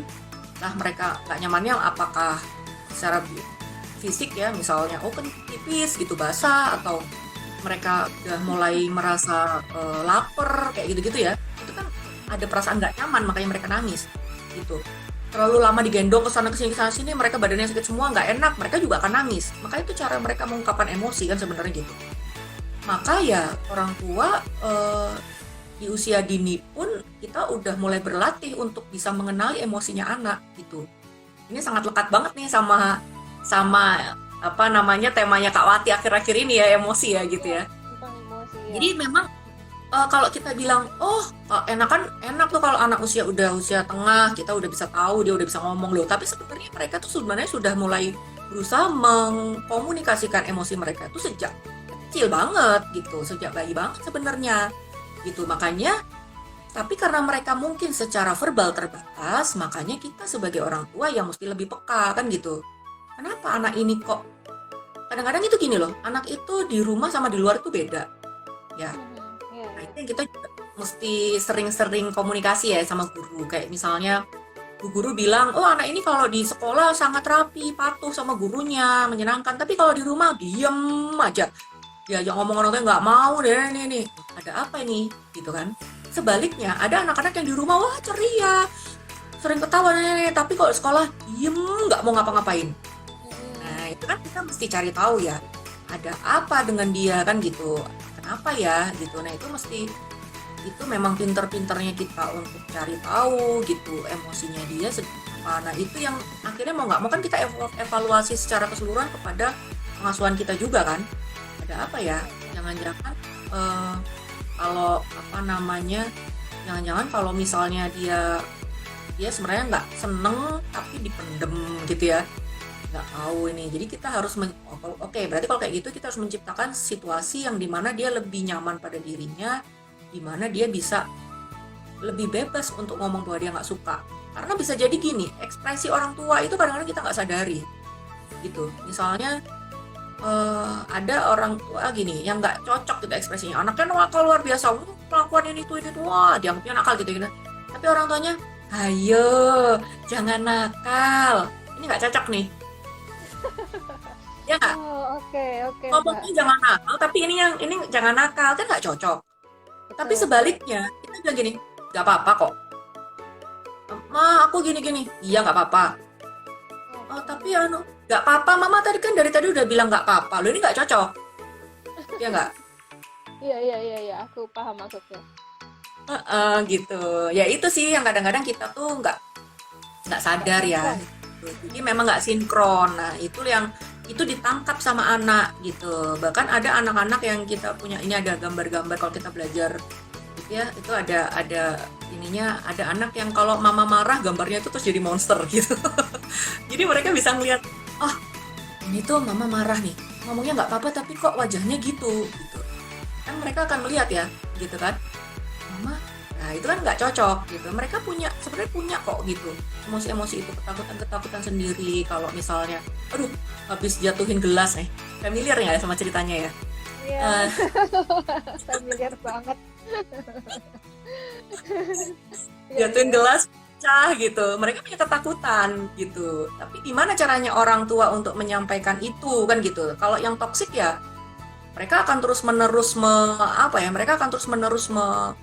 menyindir-nyindir. Ya, makanya kamu tuh jadi anak langsung ke pribadinya. Tapi bukan ke makanya hati-hati. Biar nanti hati-hati biar gelasnya nggak pecah kan gitu. Tapi bukan yang makanya kamu jadi anak ceroboh banget sih. Nah, dia akan menginternalisasi dan itu diulang-ulang. Ada lagi yang jatuh tuh kan, bener kan ceroboh. Ada lagi, no kan? Harus berapa kali sih? Nah, gitu. Mama bilang itu, ya, itu kamu tuh makanya ceroboh banget. Akhirnya dia lama-lama oke aku memang orangnya ceroboh. Jadi suatu ketika ditanya kamu anak yang kayak apa? Aku anak yang ceroboh. Nah, gitu kan. Gurunya kamu anak itu ya. Di sekolah pun jatuhin apa-apa, iya memang saya ceroboh kok lah. Kan jadi gitu. Itu toksik ya. Wow, ya itu kalau terus-menerus dilakukan ya gitu. Ini jadi evaluasi kita bersama juga ya, hati-hati ketika mengucapkan sesuatu, karena kalau diucapkan terus-menerus ya itu akan menjadi toksik dan bisa benar-benar lekat di diri anak, nantinya akan dibawa kemana-mana ketika dia berada, ya karena itu membentuk dirinya seperti itu sih. Wow. Terus ini Mbak ada pertanyaan lagi dari Mbak Ades gitu ya. Kak, kalau anak kita ketemu sama teman yang toksik, cara kita mengarahkan anak kita itu gimana ya dalam menghadapi temannya itu? Kemudian misalnya aja temannya itu tukang ngadu, suka cari muka dengan mencari-cari kesalahan anak kita dan lain-lain. Seperti itu gimana, Mbak? Oke. Mengajarkan anak ketika memang kita nggak bisa mendampingi anak-anak kita terus nih. Nah, ketika Hmm. mereka lagi di luar, ternyata dia Hmm. menghadapi teman-teman yang toksik. Hmm. Gimana ya caranya membekali Itu anak? mirip mirip sama bullying ya sebenarnya ya, gitu ya. Oh iya iya Mirip iya iya benar-benar. ada bullying ya, gitu ya. Jadi memang kan prinsipnya sih memang bagaimana agar anak kita itu kuat lah gitu ya dalam hal ini ya. Dia bisa mengelola emosinya dia bisa tahu situasinya gitu. Jadi memang bisa jadi dia juga memang kita ajarkan gitu. Oke, yang kamu rasain kalau teman kamu seperti itu apa? Ya aku marah gitu kan, aku sebel, aku sedih, aku nggak seneng dan sebagainya. Oke, kalau kamu nggak seneng berarti kira-kira gimana caranya? Nah itu dia biar dia juga punya ini sendiri ya, punya apa namanya pemikiran yang kritis. Jadi kita nggak Iya kasih ikan, tapi kita kasih kail kan gitu kan ibaratnya gitu. iya Jadi iya kalau iya. kamu Iya. merasa kayak gitu tuh berarti gimana? Apakah kamu juga boleh melakukan itu ke temanmu yang lain? Enggak, gitu kan? Oke, berarti udah tahu nih dia. Berarti itu sesuatu yang nggak menyenangkan. Nah kalau nggak menyenangkan apa yang bisa kamu lakukan? Gitu. Ya, dia tahu nggak kalau itu nggak menyenangkan buat kamu? Nggak tahu ya, gitu. Nah berarti kan dia nggak tahu kalau itu nggak menyenangkan buat kamu. Berarti kamu harus ngomong ke dia. Mungkin dia nggak tahu, temenmu nggak tahu kalau itu nggak menyenangkan. Aku nggak seneng kalau kamu kayak gitu, gitu misalnya. Gitu. Jadi dia harus bisa juga mengungkapkan emosinya dia kan ketika dia apa namanya ada orang lain yang hmm, apa tuh tadi ya memberikan emosi negatif Abusive gitu ya, ya, abusive gitu abusive. ya. Gitu ya, dia pertama harus ngomong kayak gitu. Kalau misalnya kalau ini karena ini pada anak-anak ya bisa jadi juga memang dia harus tahu SOS-nya ya, maksudnya dia udah harus tahu P3K-nya. Kalau kayak gitu berarti harus minta tolong ke siapa misalnya, harus tetap cerita ke orang tua misalnya kayak gitu, harus cerita ke guru misalnya, tergantung situasinya sih. Kalau misalnya ini kan secara umum aja ya, tergantung situasinya. Berarti kamu P3K-nya tuh harus apa kalau ada yang seperti itu gitu. Oh oke. Kalau itu berkaitan dengan teman yang lain misalnya, oh dia suka, teman ini suka banget jelek-jelekin gitu ya ke teman yang lain misalnya gitu, ya berarti kan kenapa ya dia kok nggak suka. Kita bisa tanya ke, maksudnya anaknya bisa tanya gitu, kamu kenapa sih kok nggak suka sama aku, kenapa sih kamu kok suka jelek-jelekin aku ke teman yang lain gitu. Karena kadang-kadang eh kita itu kan punya budaya sungkan ya, punya budaya nggak enakan ya, itu terbentuk ya dalam untuk tanya langsung to the point itu ada perasaan nggak enak gitu Nggak enak. lah. Ya kan gitu lah, takut relasinya jadi buruk, takut penilaiannya orang jadi jelek.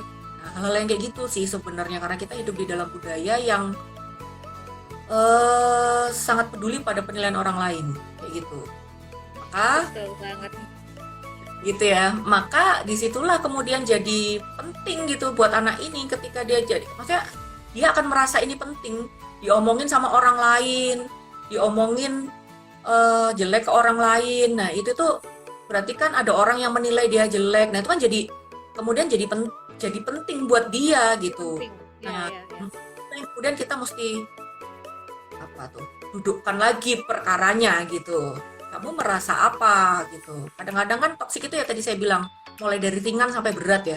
Gitu, kadang-kadang ada hal-hal yang anak ini sebenarnya kita cuma cukup kasih kailnya aja, dia akan bisa menyelesaikan. Tapi kadang-kadang pula kita memang harus turun tangan kalau sifat apa ya namanya, situasinya itu emang sudah nggak kondusif banget gitu. Jadi orang tua memang, yang penting orang tua juga memang sudah cross check ya gitu gimana. Jadi atau misalnya pihak yang lain itu memang sifatnya lebih ke cross check dulu gitu secara terbuka untuk tahu duduk perkaranya seperti apa. Kadang-kadang yang jadi keruh itu kan ketika orang tua ikut campur tapi membabi buta gitu. Emosi negatifnya juga yang Ya ya. didahulukan Ya karena itu nggak terima Ya, diginiin. ya, kadang-kadang akhirnya berantem antar orang tua, Mbak. Itu pernah pernah aku amati ya, seperti itu. Kan pernah dijalanin kan?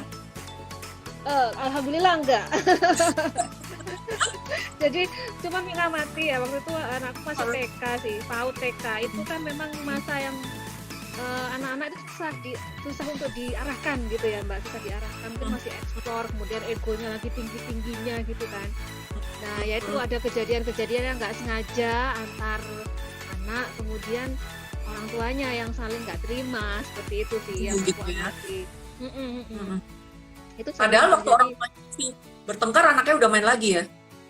Betul. Itu betul banget. Tapi orang tuanya belum selesai karena ngerasa ya mungkin saking pengennya ya melindungi anaknya sampai akhirnya ya mereka berantem sendiri, sementara anaknya udah main lagi gitu sih. Itu yang eh, sering aku temui saat anakku masih usia playgroup TK itu sih. Iya, jadi memang karena ya itu tadi ya, kita bisa pahami ya, bisa pahami bahwa oh iya ya, orang tua itu karena memang mereka ingin apa ya, orang tua itu ingin itu tadi menjaga anaknya kayak gitu, makanya itu. Tapi kan kita yang penting adalah kita tahu duduk perkaranya dulu gitu. Kenapa, seperti apa kejadiannya, terus ya itu kadang-kadang ada kok memang itu masalah kenakalan anak-anak biasa. Tapi di sisi lain kita tidak bisa menutup kemungkinan mungkin ada faktor-faktor lain. Nah itu kita nggak bisa menutup kemungkinan gitu. Jadi memang semuanya itu case by case. Kita nggak bisa Ya, ya. oh kalau masalah sama si A itu berarti pasti sama dengan masalah sama si B, belum tentu.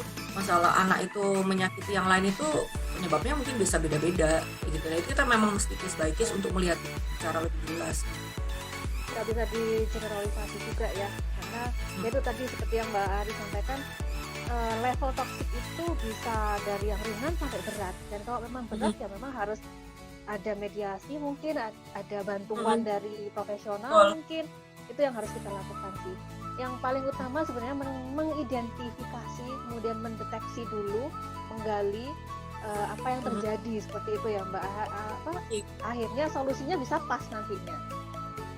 Jadi kayak praduga tak bersalah gitu loh Kak Wati, Betul. ya kan? Iya, betul. Kita nggak bisa terus main langsung tuduh, sama dengan kita tuh membesarkan anak, kita membesarkan anak, kita rawat sebaik-baiknya. Orang tua yang lain itu juga membesarkan anak dan ingin merawat sebaik-baiknya.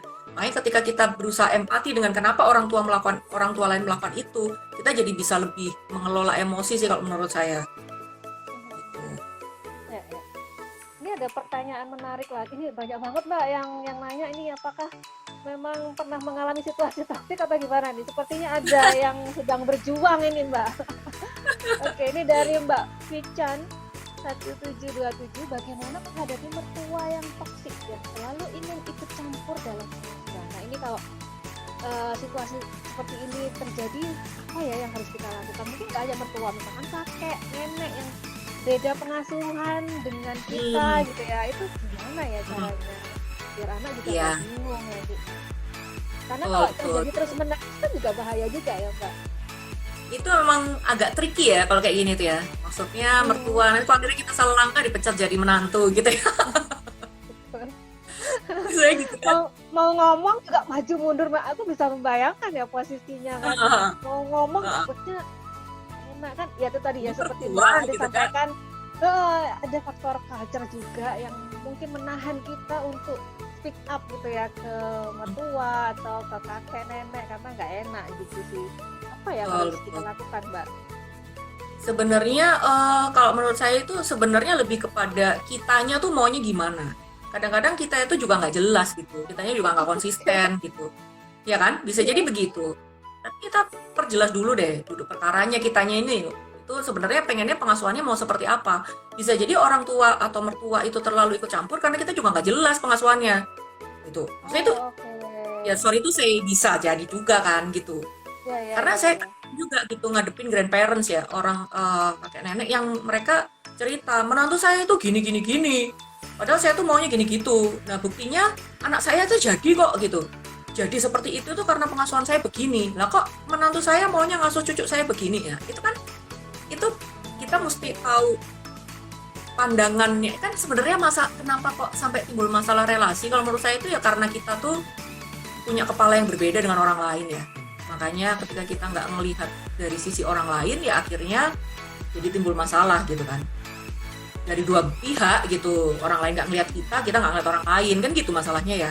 Nah ini juga sama, kalau kita tetapkan dulu, oh kita maunya pengasuhan kita itu begini, satu. Kedua, sama pasangan udah sama atau belum?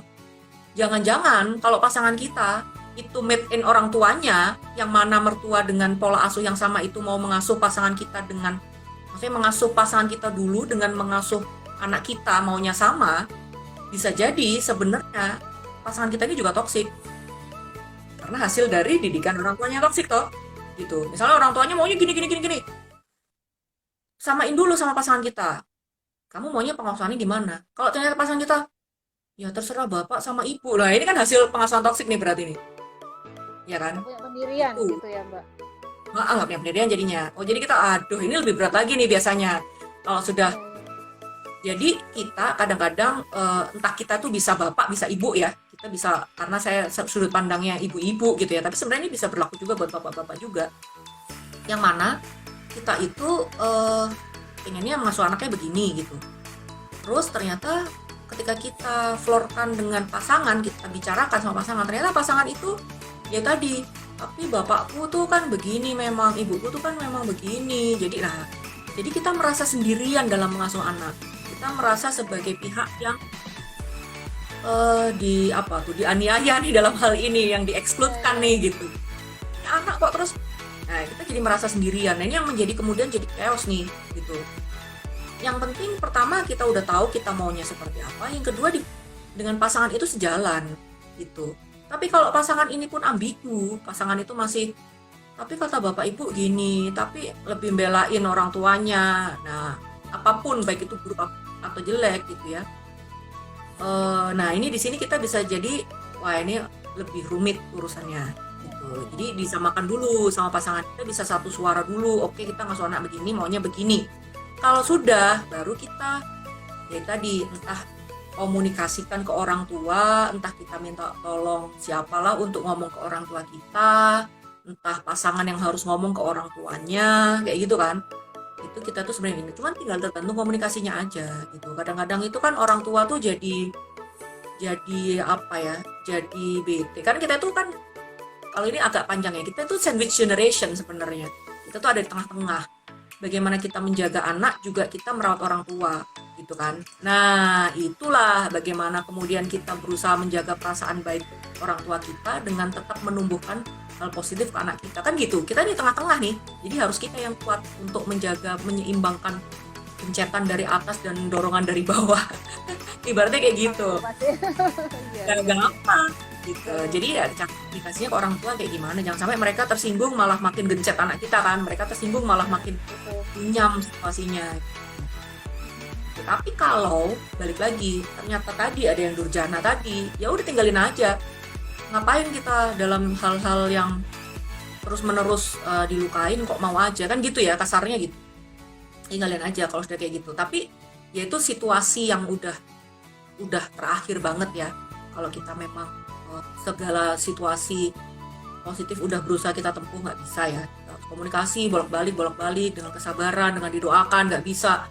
Ya mungkin dengan cara lain yang memang harus ditinggalkan gitu. Jangan sampai kita juga memutuskan rantai toksiknya itu ya Mbak. Iya betul. Wow. Gitu. Sebuah langkah yang butuh kekuatan ya, maksudnya kita juga harus tangguh gitu ya kalau memang ternyata sulit sekali mendapatkan support gitu. Semoga bisa membantu ya Mbak tadi yang bertanya. Kemudian ini ada pertanyaan lagi dari Mbak Ragenzang, bagaimana cara mengingatkan anak nakal tanpa melukai siklusnya? Anak nakal, definisi anak nakal ini yang kadang kita masih bias juga ya Mbak.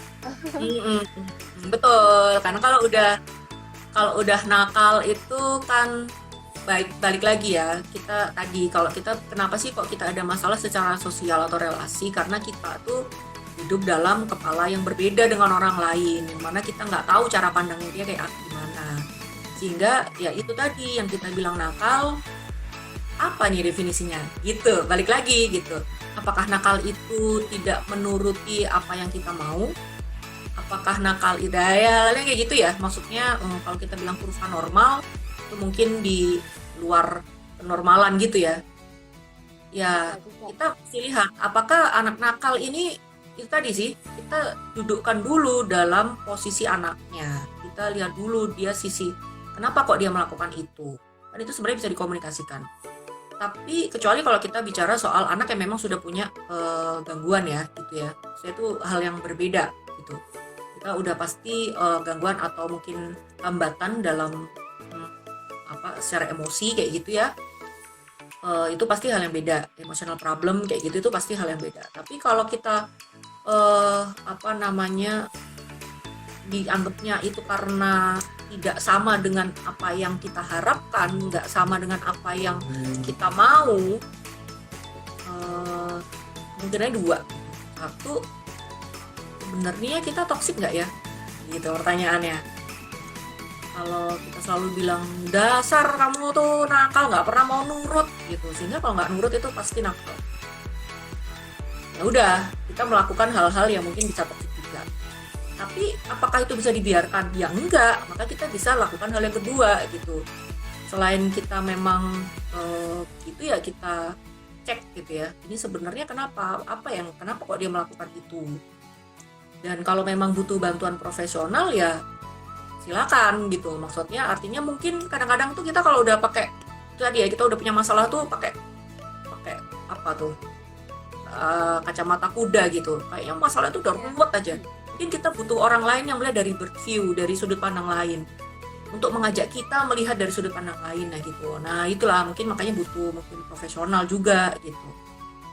Tapi kalau misalnya tadi yang bilang, udah nggak tahan nih untuk, kadang-kadang kita emosi itu kan kayak gitu ya, udah memuncak gitu ya, saya udah nggak betah nih untuk nggak nyubit anak ini gitu.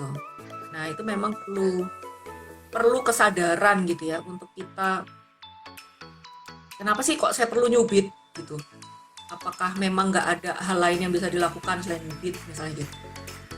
Terus bisa jadi setelah itu kita juga mesti kasih tahu anaknya juga sih gitu, kenapa sih kok mama melakukan hal yang tadi gitu. Kadang ada gini, ada juga ilmu parenting lain yang bilang minta maaf lah sama anak gitu. Kita mesti hati-hati juga minta maaf sama anak. Jadi gini, kadang-kadang maaf itu juga bisa jadi senjata juga gitu.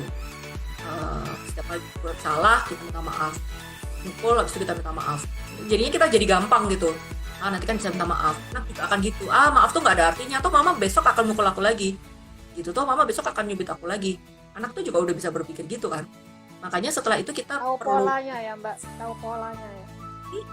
Iya kan, itu loh hebatnya anak-anak tuh Ya. gitu. Mereka bisa belajar tanpa kita ajarin sebenarnya gitu. Nah itu kita bisa evaluasi setelahnya. Artinya gini, mama tadi marah banget sama kamu, kira-kira kamu tahu nggak kenapa? Saya beberapa kali tuh gitu juga sama anak saya, dan ternyata dia nggak tahu loh kita tuh marahnya kenapa. Itu kan menampar banget ya, kita udah mengeluarkan energi untuk marah, ternyata dia nggak tahu kenapa kita marah. Itu kan saya jadi ketawa sendiri gitu. Ya ampun, nah ngapain tadi saya marah-marah, dia juga nggak tahu kenapa kita marah. Kan nggak efektif ya jadinya, gitu kan? Efektif, ya. Gitu. Oke, kamu beneran nggak tahu gitu kenapa tadi Bunda marah sama kamu? Nggak tahu ya. Gitu, ya bayangin aja otaknya masih sepertiga otak kita gitu kan? Apalagi anak-anak yang masih usia dini gitu. Nah dari situ kan kita bisa, iya Bunda tuh tadi marah karena kamu begini. Nah anak itu kadang-kadang memang harus to the point karena mereka berpikirnya masih operasional konkret atau malah pra-operasional gitu, belum bisa mikir hal-hal yang abstrak, hal-hal yang karena emosi itu sangat rumit. Nah nggak masuk gitu kan anak-anak usia dini. Gitu kan. Jadi kita hitam putih aja gitu, kalau kita marah bilang marah, kalau kita sedih bilang sedih gitu. Ini sedih karena ini loh ini sedih, itu kan pengenalan emosi juga kan gitu. Betul. Itu tadi namanya marah. Marahnya kenapa? Marahnya karena kamu tidak begini, karena kamu begitu. Menurutmu kenapa, gimana gitu. Kita balikin lagi, kenapa kok kamu melakukan itu? Ya karena aku nggak tahu kalau itu nggak boleh gitu. Oke, berarti kamu sekarang tahu kan kalau itu nggak boleh gitu. Jadi kan ada pembelajaran itu ya, gitu. Harus Itu jelas kayaknya, ya, Mbak. Hah? Harus Gimana? jelas. Harus benar-benar Heeh, jelas. iya. Karena mereka kan masih tahap belajar emosi ya, gitu. Mereka Iya, masih iya, berusaha iya. mengidentifikasi, oh, kenapa orang marah? Orang marah itu sebabnya macem-macem. Kenapa orang sedih? Orang sedih itu sebabnya macem-macem. Gitu. Oh, karena ini, bisa karena ini, bisa karena ini, bisa karena ini. Jadi dia kan berkenalan dengan itu kan. Jadi kalau nyambung pertanyaan, ada pertanyaan muncul, cara mengatasi emosi negatif. Sorry Kak Wati, ini langsung tak sambung. Iya, iya, nggak apa-apa. Ini Ya memang itu kan berkaitan gini, sih, berkaitan. heeh, kalau cara mengatasi emosi negatifnya dia harus tahu dulu itu emosi apa, kan gitu. Jadi gimana caranya ngatasin ya dia harus tahu dulu, dia bisa name it gitu ya, identifikasi dulu ini emosi apa sih gitu. Kamu kenapa? Nggak tahu. Kamu sedih ya karena ini. Tapi ini bukan sedih bun gitu. Nah, terus apa? Aku nggak suka. Oh, kamu nggak suka berarti memang situasi ini membuat kamu nggak nyaman kan gitu kan? Oh, ini nggak suka. Oke, dia melabel itu sebagai nggak suka. Oke, kamu nggak sukanya kenapa? Karena apanya gitu. Jadi kita tahu kok. Kadang-kadang tuh anak tuh kalau diajak ngomong ya, gini, terus dia tuh langsung mengalihkan perhatian ke yang lain, terus seakan-akan nggak denger. Oke, berarti dia nggak nyaman nih ngomongin topik ini. Kan kita tahu. Cuman kan kita kadang-kadang maksa ya.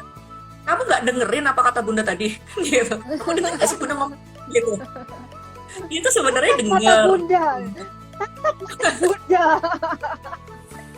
Emosi Iya kan, bunda. gitu kan. Jadi kita tuh kadang-kadang itu sih Kak, maksudnya kita mengabaikan emosi itu gitu karena kita nggak mau ada emosi itu, jadinya kita abaikan gitu. Padahal sebenarnya ya itu yang udah ditunjukkan anak kan, gitu. Jadi ya gimana dia bisa mengatasi itu kalau dia nggak boleh menunjukkan itu, kalau dia nggak tahu itu namanya apa, ya kan dia nggak bisa ngatasin kan jadinya. Gitu. Wow, Mbak, ini obrolan kita sebenarnya, terutama Mbak Ari ya, maksudnya apa yang disampaikan Mbak Ari ini daging semua kalau menurutku ya. Jadinya aku sebagai Nggak ada host lemaknya di nih, sini, nggak ada lepasnya. padahal lemak semua nih. Aku kalau gitu. Jadi aku sebagai host di sini juga belajar ya, masih belajar untuk tahu banyak hal tentang dunia parenting gitu ya, yang mungkin nanti aku terapkan ke Sama. anakku, ke keluarga seperti itu ya, karena itu tadi nggak ada sekolah yang khusus gitu ya untuk menjadi orang tua. Jadinya ngobrol-ngobrol seperti ini dengan apa ya, Mbak Ari yang keilmuannya memang sudah panjang gitu ya perjalanannya jadi seorang Tapi aku psikolog juga belajar kemudian loh. Aku juga masih terus belajar loh gitu. iya jadinya ini membuka mata, mungkin teman-teman yang di sini juga jadi evaluasi diri juga gitu ya, apakah memang selama ini melakukan toksik ke anak ataukah memang menjadi korban gitu ya, kemudian mulai nyoba untuk gimana sih mengatasi ini, menghadapi ini. Nah itu sih yang aku dapat di obrolan kita hari ini Mbak, dan ini sebenarnya kita nggak kerasa sudah 1 Ini jam ya, ini setengah. udah 1 jam. Wah, 1 nggak jam. kerasa. Iya, kan menarik banget sih kalau menurutku. Mungkin kapan-kapan kita bisa mengadakan webinar sebenarnya Mbak ini. Karena topik Jadi serius dong. iya tadi padahal aku sudah Mbak Ari ya nanya kalau di live IG itu serius apa enggak sih? Terus aku ngomongnya kan enggak kok Mbak, santai-santai. Tapi ternyata ya tetap aja serius sebenarnya. Serius ya. Aku sebenarnya tertarik banget untuk membahas yang itu tadi Mbak, yang Mbak Ari pernah nulis gitu ya tentang tipe-tipe pengasuhan. Itu sebenarnya kalau kita bahas sendiri gitu ya dalam satu sesi pertemuan itu menarik banget karena nggak semua orang tahu itu sih, ternyata itu tipe-tipe parenting itu juga berpotensi ya, ada toksik di situ kalau kita nggak tahu, seperti itu sih. Mungkin seperti itu. Kemudian ini karena memang waktunya sudah 1,5 jam, mungkin ini satu pertanyaan ya Mbak, satu pertanyaan yang mungkin bisa menjadi closing di acara live kita kali ini. Kira-kira nih tips praktis gitu ya, yang bisa kita terapkan agar kita itu nggak jadi orang tua yang toksik ke anak itu gimana sih? Atau tips praktis untuk menjadi keluarga yang asyik tanpa toksik, kalau menurut Mbak Ari itu seperti apa? Langkah sederhananya. Wah, berat nih kalau ditanya langkah sederhana malahan. Iya ya. sederhana. Karena parenting nggak sesederhana itu sebenarnya kan gitu ya. Iya, iya, iya. Cuman prinsipnya itu kita tuh harus mengenali diri kita sendiri dulu gitu sebagai Oke, itu yang sebagai pertama ya. individu, sebagai parents gitu, baru kita bisa tahu menentukan pola asuhnya yang ingin seperti apa, dan kita juga harus mengenali anak kita gitu, sehingga kita bisa menetapkan pola asuh yang tepat untuk dia. Jadi prinsipnya sih belajar parenting itu sepanjang hidup ya gitu, sehingga walaupun anak kita itu akan, kita tuh gini, parenting kita itu akan, pengasuhan kita atau pola pengasuhan kita itu juga akan bertumbuh seiring dengan bertumbuhnya anak gitu. Jadi kita nggak ada berhentinya belajar, karena memang akan selalu tumbuh gitu seiring dengan berjalannya anak. Betul, betul sih. Ya, jadi kalau ditanya tips praktisnya, ya ketika kita udah tahu prinsipnya kayak gitu, ya itulah, kita kenalin diri kita dulu. Kadang-kadang orang tua, jadi panjang nih, orang tua nggak ngerti dirinya itu orangnya kayak apa, dia punya mungkin luka batin apa, dia punya kelemahan kelebihan apa, itu nggak tahu, nyemplung aja tanpa rambu-rambu, tanpa tahu, ibarat orang nyetir tuh nggak tahu remnya ininya apa, pokoknya dihajar aja udah starter langsung jalan. Nah itu yang kita nggak tahu, itu yang bahaya. Padahal kita mesti tahu ini mobil yang kita pakai apa, SIM-nya kita punya apa enggak, kan kayak gitu-gitu kita mesti tahu dulu. Jadi kita ada persiapan. Prinsipnya itu sih kalau menurut saya. Jadi ya banyak-banyak aja evaluasi diri pada akhirnya, ngenalin diri kita dulu sebelum kita akhirnya bisa mengenali anak dan memberikan parenting tepat buat masing-masing. Bahkan parenting itu buat anak, buat kakak sama buat adik bisa jadi beda gitu. Iya, iya, iya. Gitu, kita nggak bisa sama ratakan gitu. Itulah yang akhirnya kemudian bisa jadi membanding-bandingkan ke kita ketika kita pakai yang sama, kita pakai takaran yang sama. Padahal mungkin takarannya nggak bisa beda, nggak bisa sama, beda-beda. Ya, pesan Mbak Ari yang pertama adalah kenali diri kita sendiri dulu, kemudian baru kita mengenali anak-anak kita ya Mbak. Itu sebenarnya tips yang bisa kita terapkan biar kita bisa menjadi keluarga yang asyik tanpa toksik. Seperti itu ya Mbak Ari. Wah, oke. Mbak Ari, makasih banyak sudah mau ngobrol-ngobrol seperti ini, dan aku membayangkan ada topik-topik lainnya. Mungkin Mbak Ari jangan kapok aku tolek-tolek. Siap. Karena selama ini aku ngobrol sama Mbak Ari kan biasanya tentang nulis lah, tentang hal-hal yang di luar obrolan serius seperti ini ya. Receh-receh ya kita kalau ngomong ya. Iya betul, kita kalau chat-chat itu pasti receh-receh, ngomong drakor terbaru, udah nonton yang ini apa belum, seperti itu ya. Jadi baru pertama kali aku bisa ngobrol tentang dunia parenting, dan banyak banget ilmunya Mbak Ari, dan aku kebayang ada banyak topik sebenarnya yang kita bisa usung nantinya. Jangan kapok ya Mbak kalau aku colek-colek lagi. Iya, sama-sama. Karena kan aku juga belajar banyak. Ya, kita take and give ya. Aku belajar banyak soal tulis-menulis buku anak gitu sama Kawati ya kan. Nah, terus ya saling take and give lah ya gitu kan. Oke, makasih Mbak Ari, sehat-sehat selalu. Semoga bermanfaat buat teman-teman yang lain juga. Ya, makasih untuk teman-teman yang sudah bergabung. Sampai jumpa lagi di live Instagram berikutnya. Mbak Ari, dadah. Sehat-sehat ya. Warahmatullahi